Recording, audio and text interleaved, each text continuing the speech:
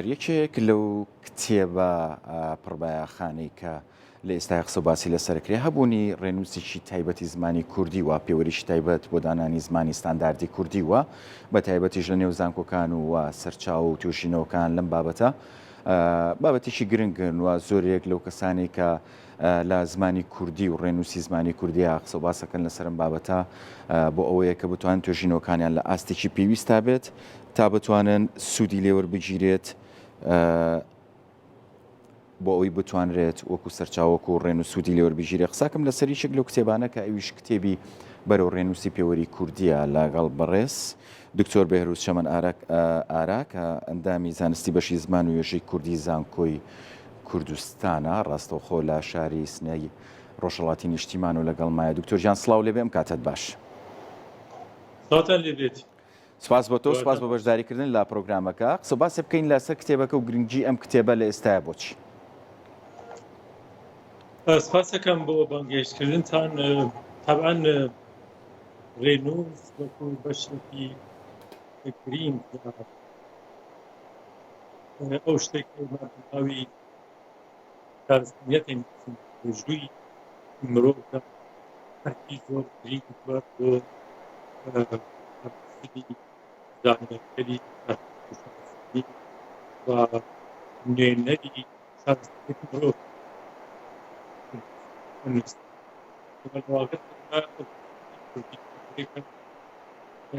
لە پێژەی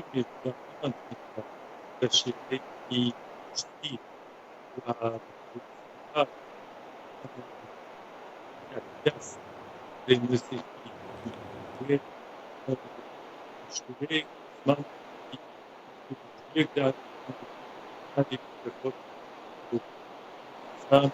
ئێمەی تووشی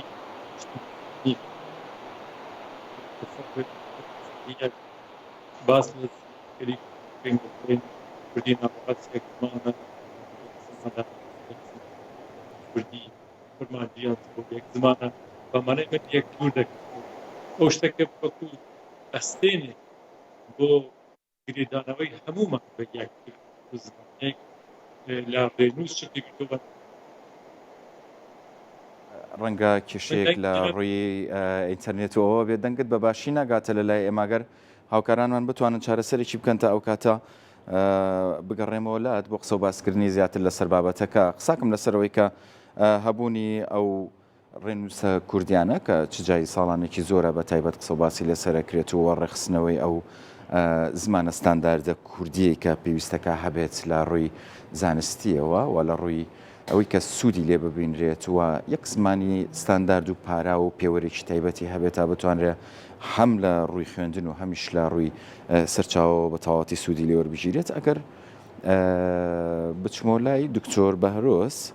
قسێ بکەم لەسەرەوەی بە تایبەت ئەم کتێبانە ئەکرێ گشتگیر بێ و سوودی بۆ هەموو لایەکە بێت یاخود ئەم کتێبە بۆ کەسانێک مویمن کە بە تایبەت پسپۆڕن لە بوارەکەیە. ئەگەر گوێت لە من بێ دکتۆر ئەم کتێبە بۆ چ کەسانێک زۆر گرنگە ئەکرێ بڵێن گشتگیر ئەم کتێبە پێویستەکە هەموو کەسێک خوێنەری بێت و زانیاری لەسەرێ بێ یاخود تایبەتە بە چەند کەسانێک کە پسپۆڕن لە بوارەکە. من نازانم دەنگی من بە باشی دێت یانە بەڵام لەگەڵ دەنگی ئێوە من موسیقایەک دەبیستم کە نایڵ بە باشی کرد بگەم بەڵام پرسیارەکەتان ئەگەر من بە باشی تێگەشتوێتم ئەوەیە کە بۆ چ کەسکەلی بە کاڵک دێت. بەڵێ ئەم کتێبە دوو لایەنەیە هەم بۆ ئەوانەی کە کاری زانستی دەکەن بۆ لێکۆڵەرانی زمانی کوردی و وێژەی کوردی خوێنەرانی ئەوانەی کە لە زانکۆ دەخوێنن کوردی دەخوێنن زمان و وێژەی کوردی دەخوێنن بۆ ئەوانە پێویستە یعنی دەبێت پێویست بێت چونکە باس لەوە دەکەن چۆن ئێمە هەمووی شێوەزارە کوردیەکان گرێ بدەینەوە بە یەک و ئەمە لە واقعدا هەنگاوێکی یەکەمە بۆ ئەم کارە. یان ئەگەر من ئەو ئەدایان نەبێت کە بڵێم مە یەکەمە دەبێت بڵێم هەنگاوێکە و هەوڵێکە بۆ ئەو کارە و لە لای دیکەشەوە بۆ خەڵکی لایەنگری زمانی کوردیش بە ئام ئەمەش ئەتوانێت بە سوود بێت لەبەرەوەی کە زۆرێک لە گیر و گرفتەکانمان باس کردووە لەلایەکەوە زۆرێک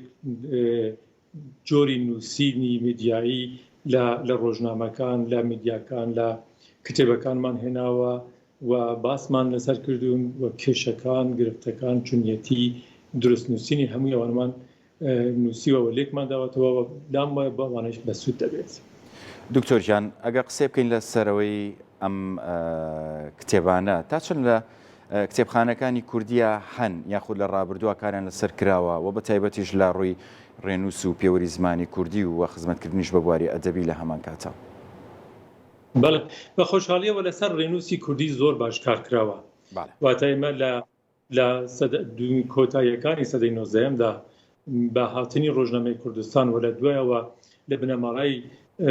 بەدرخانیەکان بەرەو ئەمبەر تاکو 1920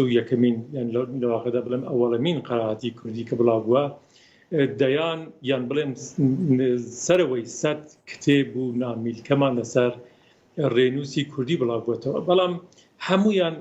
لە ڕوویەکەوە یەک کێشیان بووە کە ئەو کێشەیە منی هاندەوە بۆی کە ئەم کارە ئەنجام بدەم ئەوەشەوە بووە کە هەر یەک لە ئێمە لە کۆمەڵگای کوردی لە هەر یەک لە بەشەکانی کۆمەڵگای گەورەی کوردی لامان وا بووە ئەو زمانە یان ئەو شێوەی ئاخەفتنەی خۆمان بنەما و بنەڕەتی زمانی کوردیە واتە لە سەردەمێکا کە جەرادەت عالی بەدرخان باس لە زمانی کوردی دەکات مەبەستی کورمانجیە بەڵام ئەوەی وەکو شتێکی ئەی گشتێنی بەسەر هەمووی کورددا یان کاتێک کە تۆفیق وەهبی ئەو کتێبان نووسێدووە لەسەر ڕێنووسی کوردی قسە دەکات لەسەر زمانی کوردی ئەگەر چی مەبەستی هەمووی زمانی کوردی بەڵام ئاماژە تەنیا بە کوردی ناوین دەکات ئەوانەی تر لە هەر یەک لە بەشەکانی کوردیش هەر ئەم کاریان کردوواتە ئێمە بە شێوەیەکی سیستەماتیک نەهاتوین هەمووی زمانی کوردی ببینین و ئەو چوارچێوەگەری جۆر بە جۆرەکە لە هەمووی زمانی کوردیدا هەن بینین چوارچێوەیەک دانێن کە هەمویان بگرێتەوە یعنی تێۆریەکانمان دانەناوە ئەمە کێشەی گشتی بووە کە بۆمان بەجێماوە بەداخەوە لە دوای سەدان کتێب و نامیلکە و وتار و ئەوانە و ئێمە لێرە هۆڵمان داوە ئێستا وەکو کەسانێک کە لەسەر شانی کەسانت ڕاوەستاوین ئەوانەیە کە پێش لە ئێمە زەحمەتیان کێشاوە کاریان کردووە و مێشکی خۆیان و کاتیان ژیانیان تەرخانیان کارە کردووە ئێستا ئێمە لەسەر لە سێبەریەوان یان بە قۆڵی ئەوان نیچە لەسەر شانیەوان ڕاوەستاوین بە خەریکی سەراسوویەکی بەرزتر دەبینی بۆیە لەواقعدا پێویستی ئەم کاراوە بۆ کە ئێمە بزانین چۆن دەتوانین زمانی کوردی بەم هەموو لقوپۆوە وەکو شتێکی گشتی یەکدەست بنوێنین و ڕێنووسێک پێشنیار بکەین لە داهاتوو کە بتوانێت هەمووی زمانی کوردی بگرێتەوە نەتەنیا بشێکی. زۆر باشە دکتۆر بەهێروزەمێ پرسیارەوە بکەم لە ڕۆژهەڵاتی کوردستان تا چەند ئەم سەرچاوانە بەردەستن بۆ هەم فێربوونی زمانی کوردی هەم لە ڕووی ڕێنووس و هەم لە ڕووی و پێوەرانەشەوە کە پێویستەکە هەبن لە ڕۆژهەڵات بە پێچەوانەی بەشەکانی دیکە دەتوانین بڵێن سەرچاوە زۆر نییە بەڵام ویستی خەڵک بۆ فێربوون زۆرە ئێمە فێرگەکانمان ئەتوانین بڵێن فێرگەی زمانی کوردی لێرە لە باشترین فێرگەکانن یعنی پۆلەکان پڕن خەڵکەکە زۆریان پێخۆشە وەکو ئەرکێک تەماشای دەکەن بەڵام دەبێ من ڕاستەکەی بڵێمەوەی کە لە باشوور هەیە لە کتێبخانەکانی باشوور هەیە چون من بەهۆی هەندێک لە دۆستانی عزیزمەوە بە تایبەتی بنکەیژین کە لێرەوە دەسوچاویان ماشەکەم و سپاسیان دەکەم زۆرێک لە سەرچاوەکان گەیەنرا دەستم ئەوانە لێران نین یان ئەگەر بن لە سوشکلێکن کە زۆر دژوارە بیان دۆزیتەوە بۆیە ئەگەرچی سەختیشە بەڵام دەکرێت ئەوانە یەواش یەواش دیجیتایز بکرێن ئەوانە بینە ناو کتێبخانە ئەلکترۆنیکی کوردیەوە و ئێمە بتوانین لیان کەڵک بەردبین. دکتۆر بەهێروزەوە وەکو زانکۆی کوردستان هەوڵەکانتان چی بۆ لەم بارەیەوە بۆ چڕکردنەوەی ئەم سەرچاوانە یان لە ڕووی چاپەمەنی و بڵاوکردنەوە تا چەند هەوڵەکانتان چڕ کردوتەوە لەم بوارەیە؟ زانکۆی کوردستان و توێژینگەی کوردستان ناسی زانکۆی کوردستان پەیوەندی باشی هەیە لەگەڵ ئینستیتوتەکانی هەرێم و ئەوانەی تر لە بەشەکانی دیکەی کوردستان ئێمە زۆرێک لە سەرچاوەکانی ئەوانمان پێشتر گرتووە ئێستاش هاوکارانمان هەر ئەو کارەکەن بە شێوەیە ئەلکترۆنی ئەوانەمان وەرگرتووە لە بەردەستان خوێندکارەکانمان دەستڕاستیان هەیە بە خوێندنی ئەو کتێبگەلە ئەگەرچی زۆرێکیانی تر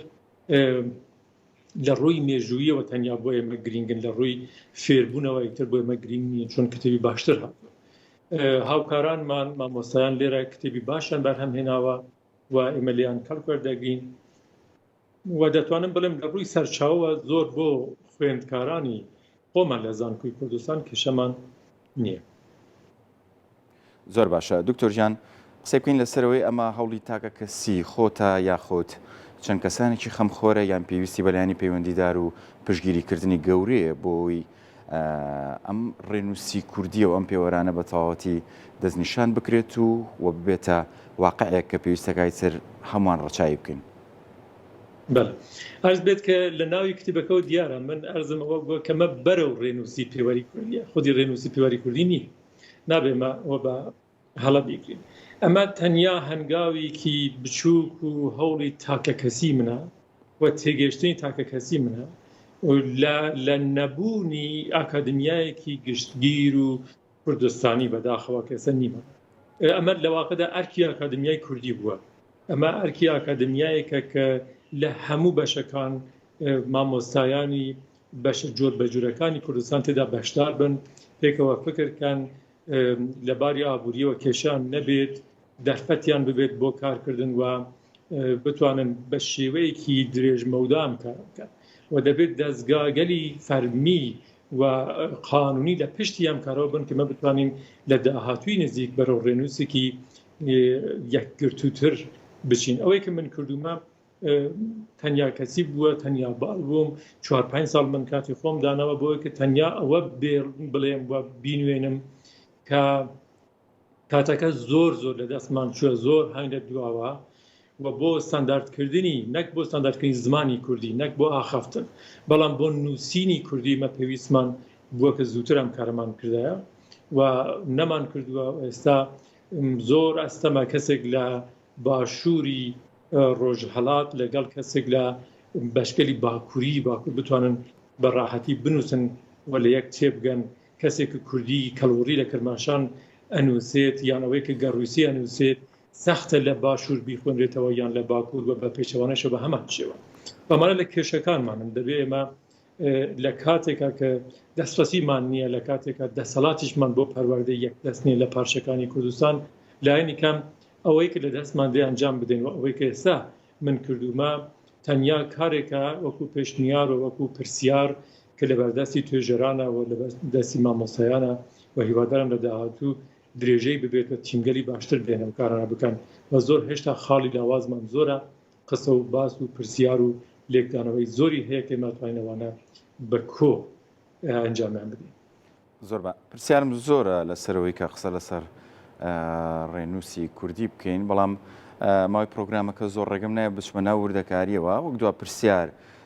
لە ئایندەیە بەرهەمی ترتان چییە لەم بارەوە نووسینی ترتان چیە هەوڵی ترتان چیە بێت توێژینەوەی ترتان چیە بێ؟ بەڵێ من خۆم زۆرتر لەسەر شانەمەی کوردی کارەکەم بەعام لەسەر دەستنووسەکانی زمانی ئەدەبی گورانی کار دەکەم بەڵام چۆن ئەرکی زانکۆ بۆ من وانە بێژم لەوێ وەکو ئەندامی زانستیم تەبان دەبووە ئەو شتێکە هەر ڕۆژ و بەڕوویان دەبمەوە پرسیاری خۆمن پرسیاری خوێندکارن وەڵامیان بدەمەوە. من چۆن خۆم لە پەراوێزەوە بۆ ناوەندی زمانی کوردی هاتم یعنی لە کوردی کەلوڕیەوە من خۆم خەڵکی ئیلامم و دێم کوردی ناوەندی قساکەم یان دەنووسم بەلامەوە سەیرەکە ئەم ڕۆتە چەند ڕۆتێکی یەکلایەنەوە چەندێک ئاخێوەرانی کوردی ناوەندی یان ئاخێوەرانی کوردی کورمانجی ناتوانن بەرەو پراوێزەکان بچن بۆ ئەوانەیە کە کەمتر دیتراون هەورامی فێربن لەکی فێربن ئەرز بێت گەڕووسی فێربن و شێخوزێنی فێربن مابەقیە. ئەوەیە کە ئەم کارە من وەکو هەرکێک ئەنجامداوە کە ڕوبەڕووی بوومەوە بەڵام هیوادارم لە داهاتوو بە زوویی چەند دەفەرێک هەیە لە شانەمەی کوردی کە بەشێک ئەدەبی پاڵەوانی کوردین ئەوانە بیخمە ناو کتێبخانەی کوردیەوە و بەش بە حاڵی خۆم خزمەتێکی باشم کرد ئینشاءالله. دەستەکانە خۆش بێ سپاس بۆ بەڕێز دکتۆر بەهروز شەمەن ئارە ئەندامی زانستی بەشی زمان و وێژەی کوردی زانکۆی کوردستان دووبارە سوپاس بۆ بەشداریکردنە هەمیش دەستخۆشی بۆ نووسینی ئەو کتێبە و بتوانرێ هەوڵەکان چڕ بکرێتەوە لەو بوارەیە.